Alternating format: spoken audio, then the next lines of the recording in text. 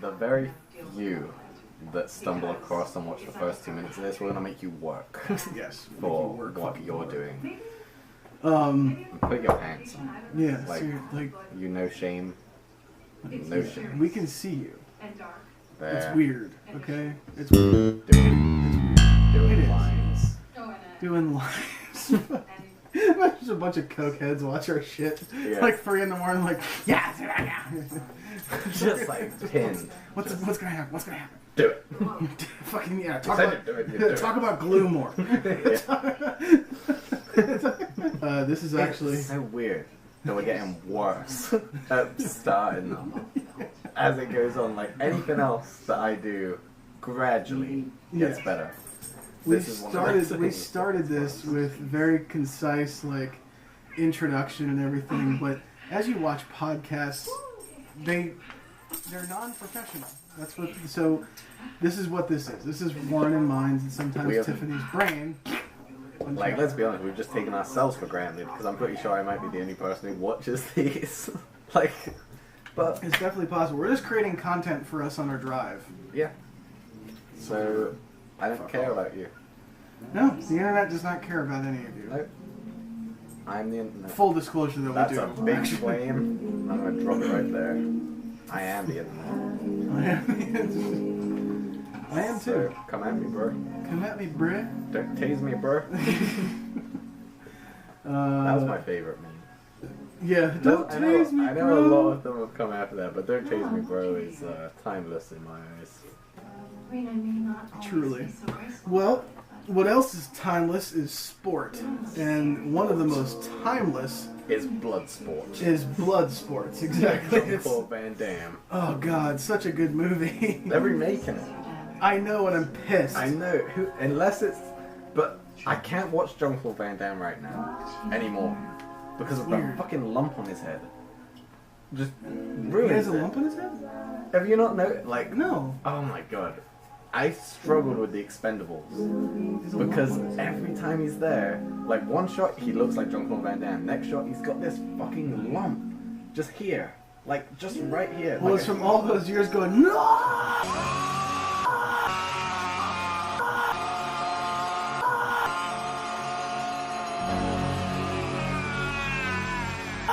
And it's just like, honestly, you know. like, but it's like bad. Like, really bad. And this is the weird thing about action movies, but even, like, as a fucking dude, I find it weird. Like, you go back to, like, Stallone in, like, his lesser movies in the first couple Rockies. You know, look at, like, these that might be later, actually, like, you know, like, Copland, or fucking, what was it? Tango and Cash. Mm-hmm. The dude had, like, you know, of course he had a fucking makeup team and shit to straighten out all them crooked edges. But then you get some of his later, it's like, dude, like, look at the expense, you're like, what the fuck? You were a caricature of Like, yourself, sir. did you really fight all those guys in Rocky? Like, what happened to you? You let the fucking, you let Apollo Creed really beat the shit out of you. Like, Yeah. all them It may not have been Apollo Creed. It was definitely the Drago fight. That might Although, have been. Rocky-wise, I know we're so off topic right now, I'm terrible Well, at sort this. of. No, we're there. I went to a comic book store the other day, and I like action figures still. I've never grown out of that. I do like them, but I only buy ones that are good, like detailed and well painted. Some of the Game of Thrones ones are fucking dog shit. Look like they've given them to 5th graders to paint. They look horrible, whoever sculpted them. Yeah. Not that I could do a better job, but if that's your profession, you'd be fucking ashamed of yourself.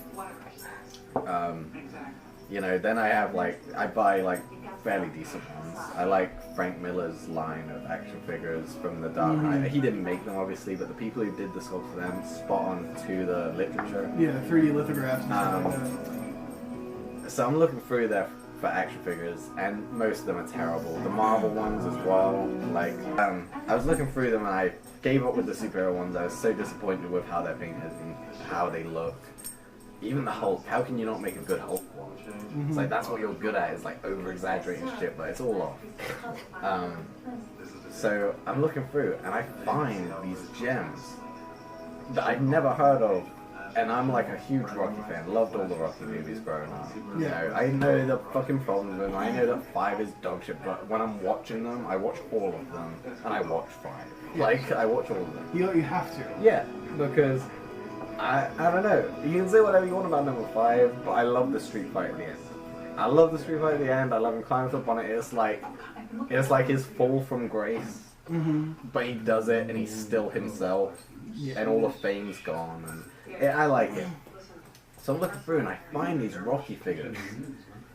Now, Rocky is a big franchise, I'll give it that. But these figures don't look like they were made, like, when Rocky was big. These look like recent. And the sculpts on them are so spot on. They have Apollo Creed they have 2 Apollo Creeds. They have Apollo Creed Rocky 4, they have Apollo Creed Rocky 2, they have Apollo Creed Rocky 1. So different trunks, different look, and you can see the difference facial, like age-wise. They've even got that down. Same with Rocky, they have 5 Rockies. And you can see the change in and it's spot on. It's so spot on. They have Ivan Drago, they have all of these guys, and I'm just like, each of them are $20 each, and I was like, I had all of them at one point in my hand, and I was like, all the Rockies, each one of the fucking bad guys, and I was like, okay. And then I like did the math, and I was like, okay, yeah, that's nearly $200 right here. But like, no, they're really good. I really want them. I'm gonna be looking them up on eBay, definitely. Hell yeah. Accumulating them, because they're so rare to come by. Like a really good figure. Sculpt, and you know, is very good considering there's so many runs of them and everything. But because you get one thing with action figures that they're underrated for, especially if you get good sculpts, is for collectability. I'm not planning to sell any of this shit. I'm buying it because I like it. I'm not buying it because I think it might earn fucking money in the future. I'm buying it because I like the look of it. That's why I will never buy busts or statues, because the price gap from a full action figure that might be 6 inches or above, like, you know, to a fucking statue this big. This statue that's non-posable, not in a package, is like $70 for that. You get like full statues. I'm sure you know because they do it with the horror characters. Yep, all the time. Hundreds of dollars. Yeah. You get an action figure though for like $30, so it's a good fucking. It's a good compromise. It is. And the boxing thing is something that you and I talk extensively about because we're both into Didn't we do it on a podcast? We did a little bit. This one, in the advent of the McGregor Mayweather fight that's happening on Saturday, August 26th, which we are going to watch. Yeah. It is the pinnacle of current sport and also current controversy. Especially in sports and everything. The things I was talking about that Warren wasn't aware of was all of the stuff online right now about the fix. There was actually recently, and I think it might be clickbait, I haven't researched it because I just saw it on my way home today, was that there was someone who was murdered that was in the Mayweather camp. That they exposed this fix, and they wound up dead. Now, that kind of controversy and everything, even if it's fake, even if it's completely just clickbait, which most of that stuff is kind of a testament to how viral this fight has gone. Because there have been crossovers before. There have been different... Ali versus, pull the guy's name up, Inoki, yeah, who was a Japanese wrestler. That was a big, again, what everyone's slating the boxing for right now that could damage boxing. I mean, Muhammad Ali, the greatest of all time, you can't dispute that. You know, heavyweight is always where we hold, where the sport is at. You know, we have some great welterweights, we have some great lightweights that always get overlooked, but the sport as a whole doesn't get looked at unless the heavyweights are there. Yeah, exactly. Ali is the greatest of all time just for that. And yeah, he fought a Japanese wrestler who was Antonio Inoki. And that's happened before, so this isn't a new concept. No, it definitely It's always isn't. been in the ballpark. It's Exactly. always been an option. And even though media has changed drastically with Facebook and Twitter and blah blah blah blah blah, there isn't nowadays. Media does not have the same impact. So I believe. What did as it this did guy then. expose? Like, He what did exposed say? that he exposed that it was a fix. So what He was exposed the fix. The fix was that I posted a thing on Facebook that I'll link to because I heard about it and I immediately went to Pulp Fiction because Butch fights is roped into a fix by Marcellus Wallace when he fights a fighter named Floyd, and he ends up killing him and running away from Marcellus Wallace. And if you've seen the movie, I won't spoil it. no, it's too late. It's too late. It's too late at this point. You deserve it. You should but watch it. He runs away and all that shit goes down and everything. That's not, but if there is, the fix was that McGregor goes down early. That's all that I could see from that McGregor will throw the fight. But I remember a conversation I had with you about maybe a month or 2 months ago when we were taking my acoustic to Guitar Center. That I told you that I am sure Mayweather's career, at least of late, I'm not talking his whole career, that's a big fucking thing to spout off. Yeah. But in his later career, the amount of time he put to fight Pacquiao, I am pretty sure, considering when I was in California, it was months before the Mayweather fight, and there was news that fucking Manny Pacquiao, I'm sure has a lot of wealth anyway, was purchasing a house in LA at that time. Yeah. As we knew the fight was scheduled. Now, why would you do that before your payday? Exactly. You know what I mean? So I told you that I thought that there was something fishy about it. That they weren't gonna, that Mayweather basically, this is all theoretical, I'm not saying this is what happened, but the way I see it, money Mayweather, not his earlier self, who was an impressive specimen of a boxer, but this whole idea of him thinking himself somewhat of a business mogul, is that he would approach them with a contract that would actually state that it, wasn't to be public, that they would be like, okay, we'll put on a show, we'll make the money from the pay-per-view, because he always talks back-end pay-per-view, that's one of his negotiations, and I guess that's always a thing, but he pushes it a lot, so he makes big spectacles of things, but doesn't want to lose. And so somebody like Manny Pacquiao, in my opinion, I know everyone's seen the fight, everyone calls it disappointment and can say anything they want about it, but he didn't fight Pacquiao, so Pacquiao had been downed recently by Marquez. And that was groundbreaking in itself. Marquez should have all the glory in the world because he's one of the very few people to have done that. Yeah, chop Pacquiao down, yeah. But where's he? I haven't heard a bunch of shit about him, so it's unfortunate for him that he's done something that history never thought would happen. And, so the way I was talking to Jason was I was saying that, I'm sure he has some sort of negotiation with them. Look, we'll go out, we'll go on a show, we'll definitely fight each other, but, you feeling, we're not going to look for the knockout, we're not going to ruin either person's career on it. Yes. If it goes to decision, we'll let them decide, but it's going to be defensive and shit like that. So with McGregor, the one problem with that is he might be underestimating McGregor and how and everyone talks about McGregor's chance in this fight, and I'll get into that in a minute, that's a different thing, but this is just as a paperwork standpoint. He is underestimating him at that point. If he thinks that guy cares about what that says on that piece of paper, he knows no matter what number Floyd writes on that paper as a forfeit for this contract and he goes ahead and signs it, it's a payday for him. Because if he knows that if he signs that, Mayweather isn't going to come in and look for a fight, he's pretty much sealed himself an easy day's work.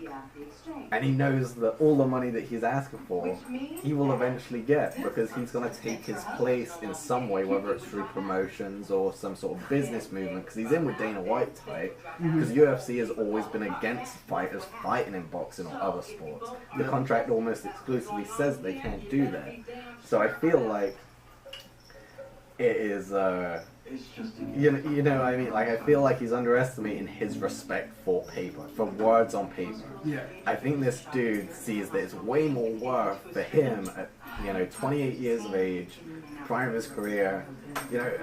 He's not defending any title, but the kid's he keeps looking for bigger and better things. Mm-hmm. And, I mean, that's what I always did say, like, and Mayweather got by with the less than mandatory defenses per year for a long time, and everyone's controversial about that. So you're not a champion until you defend your title. Yeah. So, and McGregor hasn't done that, and I'll put my hand up for that. But he's looking for more.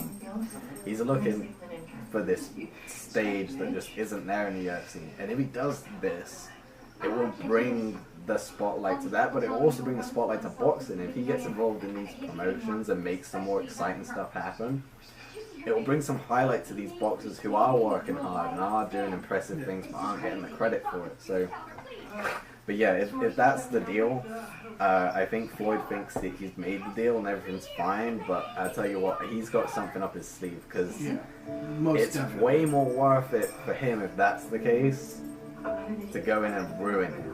Yeah. Because then Mayweather promotions won't mean shit, because everyone is so against this being a mismatch, that if he goes in and makes Floyd look a fool, his career is over. And that's sad to say. I mean, the dude's got 49-0, early career, fucking really accomplished, very skilled boxer, but that's just how business is. Mm-hmm. It's not always about all the hard work you put in, it's about the mistakes you make, and this could be a really big fundamental mistake. That is my... And McGregor is, I'm not going to say that he would be your smartest kid in your class, but I'm not going to say that he's stupid either, because he's a streetwise kid. He's, the kid was a electrician before his debut in UFC, and he was fighting part-time with in the MMA. Yeah. And that takes determination. It also means that this dude's from a working class background.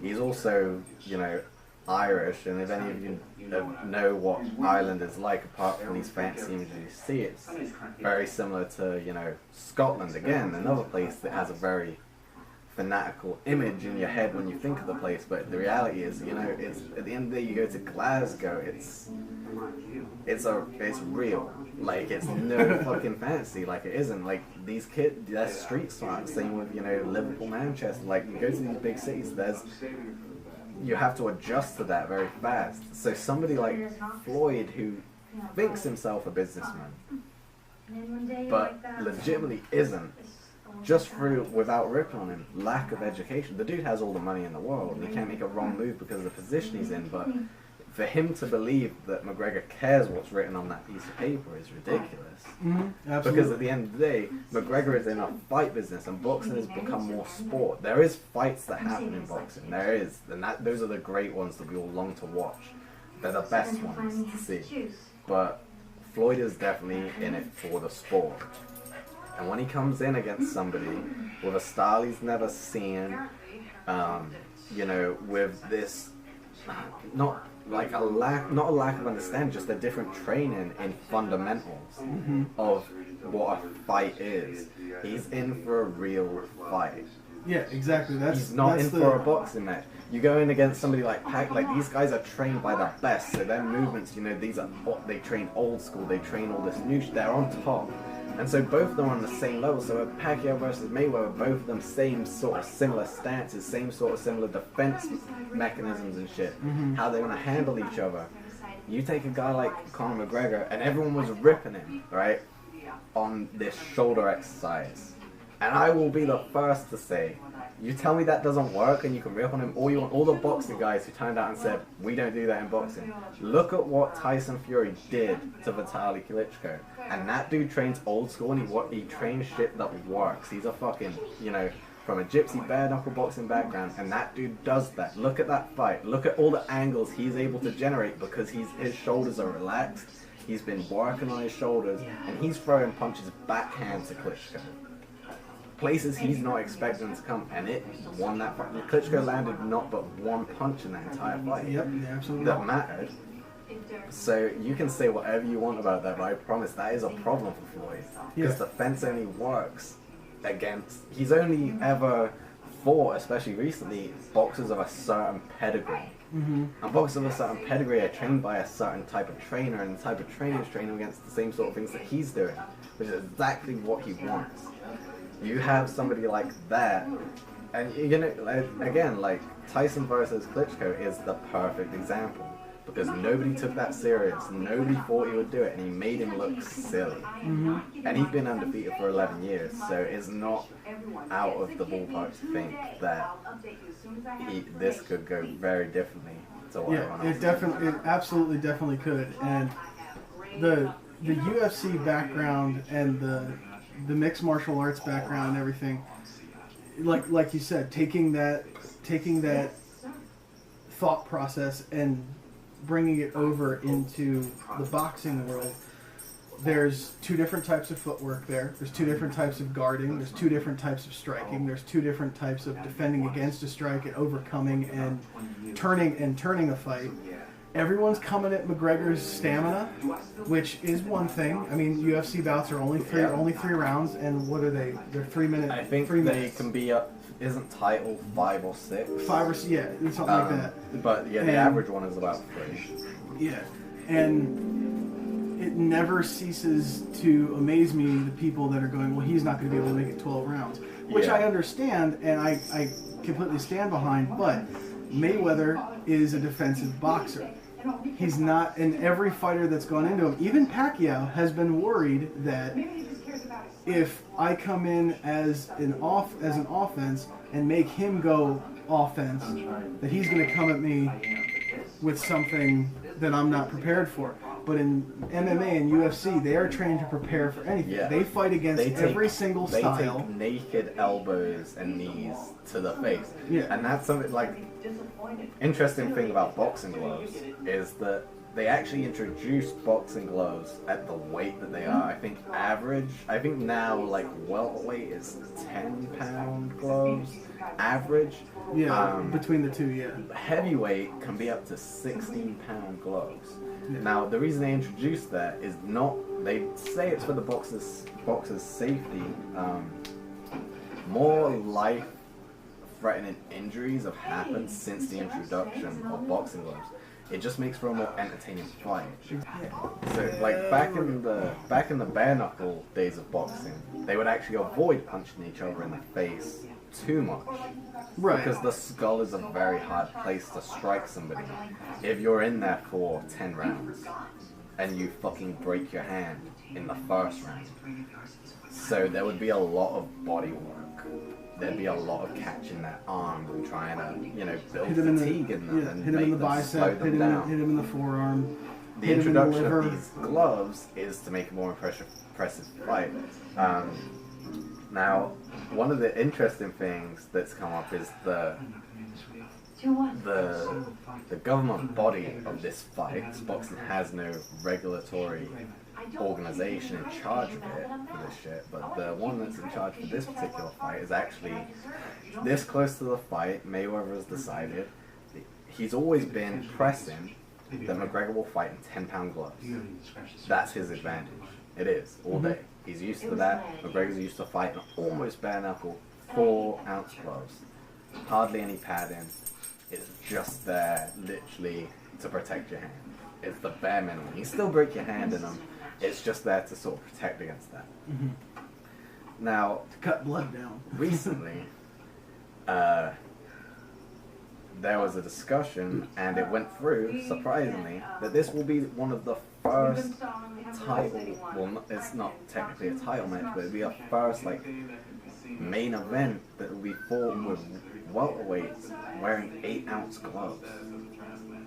And that was not McGregor pushing for it. Mayweather, almost in the press conference, seemed like he wanted to make a point that he would wear 8-ounce gloves to make it more fair because of all the ripping on this thing. Now, my only thing about that is that he's left it this late to do it, which makes me think that he does see some sort of problem here. Yeah. And he's dropping it to that because he's thinking, I fought in these gloves all my life. So if I drop it to here, I've got speed, and it adds power at the end, like speed equals power. one problem with that I see is one, that he's completely underestimated this fight. I've already heard people, Michael Bisping of the UFC actually knows somebody in the Mayweather camp and has said to Michael Bisping that Mayweather is not training very hard for this fight at all. No. He thinks this is going to be easy. He has not pushed himself. That's what makes me think he's looking for an advantage here. Because when that left hand, and you know, is it a push, is it a knockout? I won't get into that, but with Maganelli, you get... either way, he went down. It doesn't matter. In a fucking boxing match, if that's a push, if that's anything, he still went down from that left hand. And he saw that, and that was in 10-ounce gloves, so he thinks. My point is that someone like Conor McGregor and his training style, how intense he is in his fitness, and how... you hear him talk all that shit, but you hear people say time and time again that the scary thing about this man is not the shit he talks. It's that he fucking really believes it.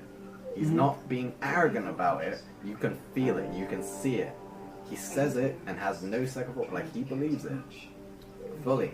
So you're telling a scary me, fighter. You're telling me. Here's my laughable point of this is that the boxing people are saying, you know, he's gonna struggle in 10-ounce gloves. You think he didn't know that? I tell you one thing, Floyd has made a bad mistake here. Because while Floyd's probably been training in 10-ounce, McGregor has probably doubled that. He's probably training in 16s. I almost guarantee it. That'll probably come out after the fight, and I just want to put it right down now. McGregor has been training since this has been in the works. That's why he looks slow fighting against that Australian or New Zealand fighter. It's because that was beginning the training camp, and he's training in 16-ounce gloves, heavyweight fucking gloves, right? Go from 4-ounce to 16, and he's been training them all this time. And then, so that when his trainer, who's a very smart man, who trains him for all his fights, is going to be like, okay, so then when we get to fight night, you finally get to put these 10s on, you're going to feel like fucking free. Now, fucking Mayweather has made the mistake of saying, we'll drop it to 8. Now, that is a very dangerous move for a man that you assume, just for your arrogance, that's been training in 10 because that's what you told him. Just because that's what you told him doesn't mean that he's not gonna fucking go the step further. Yeah, and well, that's the UFC thing, you know. He's gonna seek some benefit from this. Yeah. So he's gonna train in the hardest way, and he's gonna know it's gonna be frustrating. It's gonna push him to be faster and all this. And then when you drop that weight away, it's gonna be dangerous. But now you're gonna drop it by 2 more pounds, and that makes all the difference because it's so close to what he's used to. And that's when that left hand does become a problem. Yeah. And his physical toughness, like people say, oh, well, he isn't undefeated. No, he isn't undefeated, but the dude's not been knocked out. Yeah, The dude takes punches, he takes kicks, he takes all that. He got choked out by Nate fucking Diaz, who is a much bigger fucking man than him. Yes. So the fact that He's not ready for that fight. The fact that he had to choke him out should tell you all you need to know. Exactly. He felt like he was in trouble. That's the only time you choke someone out, right? Like, if I feel like if I try and go toe-to-toe, and Nate Diaz, as much as people will talk shit about him, he trains with professional boxing trainers. He is heavy into his boxing. He is experienced in that. He actually boxes he's boxed in amateur boxing. So for him to fight McGregor and be like, I'm going to choke this guy out, tells you everything you need to know. Yeah. This fight is going to be very different than even Mayweather thinks it's going to be, I think. Yeah. And I could be wrong, and this could all be a whitewash, and everyone could be right about everything, but I just have a feeling that, who has more to gain from it at the end of the day? Conor McGregor. If Mayweather wins, it's just going to go on, he's going to create another fucking heyday. If he loses, what happens to him? Not He much. goes away He's already 49-1. retired. 49-1. And he'll probably argue the one away, because it's not a boxing competition, really. So he'll probably keep his record, but who stands to make the best fucking, you know, the backlash of this fight? Who gets better off a win? It's definitely McGregor. It's going to be his career. So you're telling me I'm just telling you, no matter what fucking papers they've signed, no matter what agreement they have, he knows what he stands to make off the back end of this. Yes. And it's more than money. Yeah, it's always, with Floyd Money Mayweather, it's always about the payday. Unfortunately, that's kind of where his where the money, where his career is gone, and yeah, you make shit tons of money. That's great. You can say whatever you want, but a champion to me, right? This is my only thing with Mayweather, is a champion to me is someone and there's a very controversial thing about what Mayweather said about Muhammad Ali and how he isn't the best of all, the greatest of all time because of the amount of hits he took. But you know what? Muhammad Ali fought everybody who thought they could take him. He gave everyone their fucking shot. And he lost some, and he came back and fucking won some. And that's what a champion is, and that's our bar. Whether you realize it or not, that's the bar in your mind of what a fucking champion. You have to fucking lose some. You can't be an undefeated champion. No. You can't, because if you are, you haven't fought everybody. There's somebody out there who can give you a challenge, and you're not taking it for that reason. You want that record. You know what I mean? And that's definitely what Mayweather wants. He wants Marciano's record of 50-0. Yeah, he does. And he's picked this fight carefully.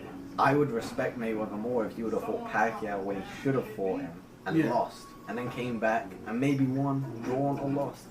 But he'd be a way more respected boxer. The undefeated isn't the way to go. No, it's such a absolutely. All the greatest farce. fighters in the world, whether it be boxing, UFC, kickboxing, Muay Thai, anything, all the best fighters have lost.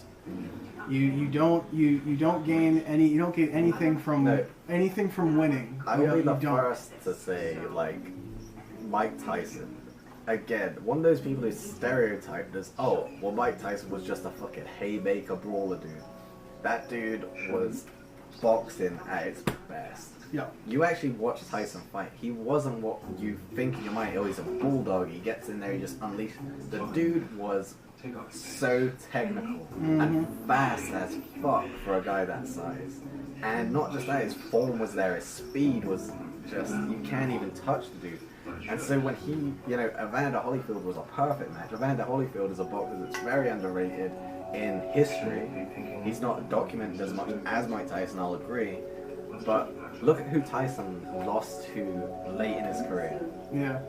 Can you even name them? No, because it doesn't make him a bad boxer. He just lost it. He just lost the will to actually do it. Yeah. You know what I mean? But Mike Tyson is a fucking outstanding boxer, and he lost some fights, but he will still always be Iron Mike Tyson.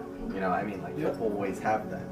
Just have to watch a highlight reel of that dude to understand how terrifying of a man he was. Yeah. You just have to, and I think the main thing that a lot of people that I've talked to about this are missing is the fact that Conor McGregor is the UFC fighter, and then Conor McGregor the boxer are the exact same person. Conor McGregor is going into this fight with a newly mastered skill set, but he's still the same fighter in his head. Yeah. So if he's going to come at this fight straight. Hey. Any boxer will tell you, any fighter will tell you that the mind, like the greatest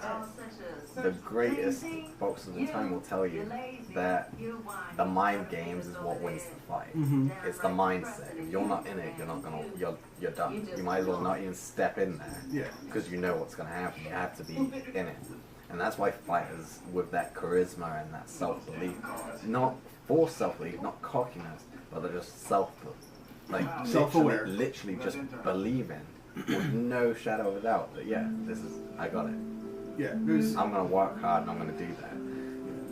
That is the most dangerous thing. If McGregor comes out swinging like I think he's going to do, Mayweather doesn't stand a chance. Mayweather has never been attacked. Well, I shouldn't say that because Pacquiao attacked him. He has been, The difference is, and a lot of people sort of laugh at this, is it's going to be the movement. Because I guarantee you, this should be one of the bets. Because I would bet a lot of money on this. In the first couple of rounds, I want to go on record saying this. You're going to see one of the first people sprint in a boxing ring. Oh yeah. Because he is going to run at him like it's the octagon. Yeah.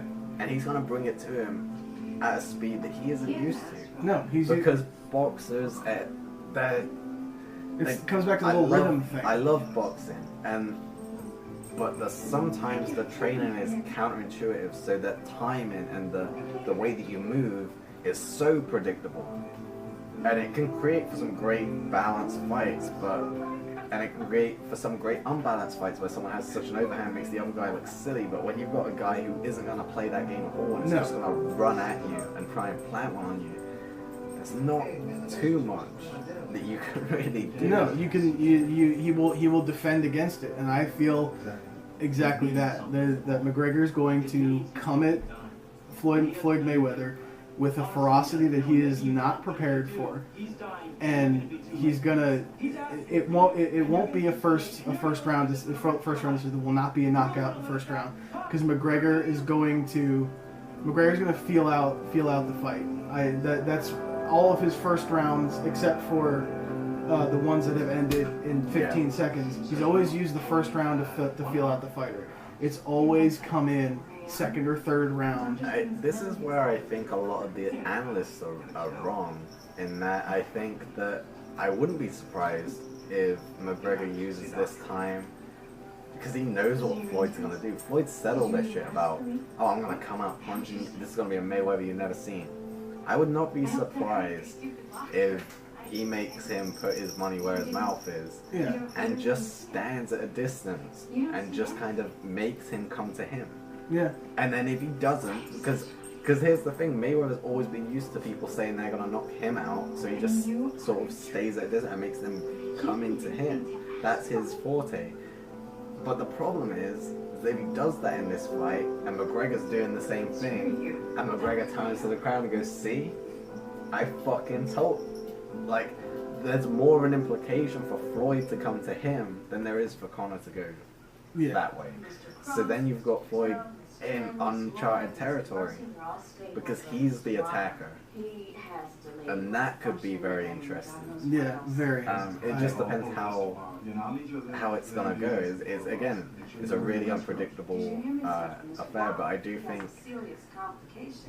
it's been underrated from all the bad talk about mixing MMA and boxing. And one of the other things has been, people have said, boxers hit a lot harder than UFC fighters.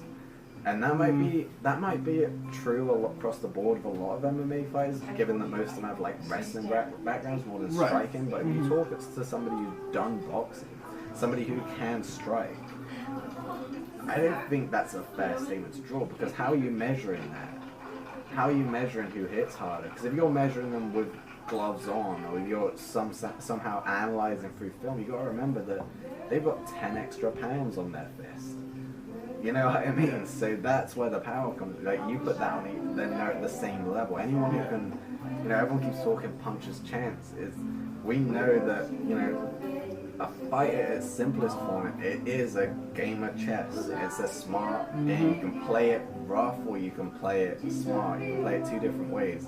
So to say that somebody who is involved in combat sports and has proven themselves, to say that all they have is the puncher's chance, which would be the same chance that you'd give somebody like the average Joe off the street to fight in a boxer, that you have a puncher's chance because you catch him in the right spot at the right time. To give that to another person, it's pretty off to me. I think, they are going to be on a similar level.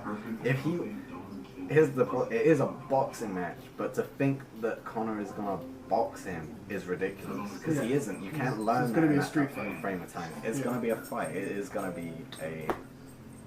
Final word in the podcast, fight prediction. Okay. This is down to... I thought I would have a heyday betting on this fight. Thinking McGregor would be an underdog, considering the amount of smack talk that's going around about him not standing a chance. Actually, the bets on both of them are very even now. Yeah. So the chance of you earning money betting on one of them is, you'd have to bet so much money to make money. But that'd be a lot of money to lose. The bet right now is actually, this would be a more interesting question, is over or under 4 rounds. That's the big bet that's going on. Is it going to last longer than 4 rounds, or is it going to be done before then? And that is the call that I don't know. I'm going to go with under 4. Under 4? That's where I'm at. I think my fight prediction is going to be McGregor in the 3rd KO. Ooh. That's my fight prediction, because I feel that he's going to use the first round to analyze, the second round to tenderize, and the third round to have Floyd so on the back foot and not sure of where the fight's going to go, to the point where he'll do his little thing and he'll drop that hand and McGregor will come right over and hit him right on the button. Yeah. And I think, or he'll get him to fight him, and McGregor will just pound him into the ground. He'll get him off of his defensive game and make him fight offensively, and because McGregor's used to guys just coming at him. yeah. So I feel it'll end in the third KO on a mistake on a tactical mistake by Mayweather. Okay. I'm calling a down in the second round. Not a knockout, a down. Someone is going down in that second round. Tensions are going to be really fucking high before that fight. There's going to be doubts. There's going to be people second guessing if people are holding to their word for this. Things are going to get tense in there, and in the first round they're going to feel each other out like, is this what we expected? There's going to be some good blows exchanged. Second round, someone is going. Yeah. Someone is There's going to be the a good ground. punch As in the brief as second it round. is, someone's going down. Third round, there's going to be a battle, there's going to be caution. Fourth round is going to be the one, and it's either going to lead to a very impressive fifth round, or that's going to be where it ends. Yeah. But it is not going 10. It is not going 10. Nope, it is not. It's not going to decision. I don't think McGregor will allow that to happen. If Mayweather, I think he's already said this himself, this goes 10 rounds, that's no matter what the decision, Mayweather lost. Yeah. Because all the talk he said about McGregor not being able to do it, if he's able to get in the ring and last 10 rounds with the undisputed champion, fucking Floyd Mayweather, Mayweather's lost. Yep. He's history. He has not done what he should be doing as an undisputed champion. If you can last 10 rounds with the dude, he should be fucking doing the Olympics. Like, they should be amateur boxing again. Yeah. That is not what we're here for. That's not what people are paying $100 to see. You can tell me what you want about boxing fundamentals and skill and what you want to see, but people aren't paying $100 to see that. No one wants to see this go 10 rounds. They want to see a scrap early, and they want to see somebody go down. They want to see a fucking train wreck. They want to go back. People have been longing to go back to the days of Tyson pay-per-view, of where you pay that fucking $60 to $100 and the fight's over like that. Yeah. Because that's money well spent. Yeah. It's not time consuming, but I'd rather that than a fucking 10 round no show. Yeah. Oh, hello. And yeah, that's what I call it. Yeah. So, make your fight predictions. Go to your local bar that's showing it, and get yourself a beer and hold on tight, because it's not going to be what people are predicting. No, I don't think. Even if it goes farther than the fourth round, it's not going to be any kind of fight that anyone's going to be predicting. Here's my problem with the predictions. From any fighter, even UFC fight, I'm not taking sides. I honestly I'm probably on the side more of. I think I respect the boxers more. I'm more interested in that than the UFC, so I'm more on that side of things. But either way, I wouldn't fucking listen to any of them, because the people you're listening to analyze this fight are people, so look at, De La Hoya. He's lost. Which means that his fucking view is not absolute. Nope. He's been wrong before, and it's cost him. Everybody has. Every fucking fighter is saying, "Oh no, he doesn't stand." They fought that about somebody that they were fighting and fucking lost. So at the end of the day, I would just remove yourself a bit from what they're saying. Obviously, take bits of information if it's specific from them. Be like, "That's a good point," but no, it doesn't matter. Enjoy the fight. Later.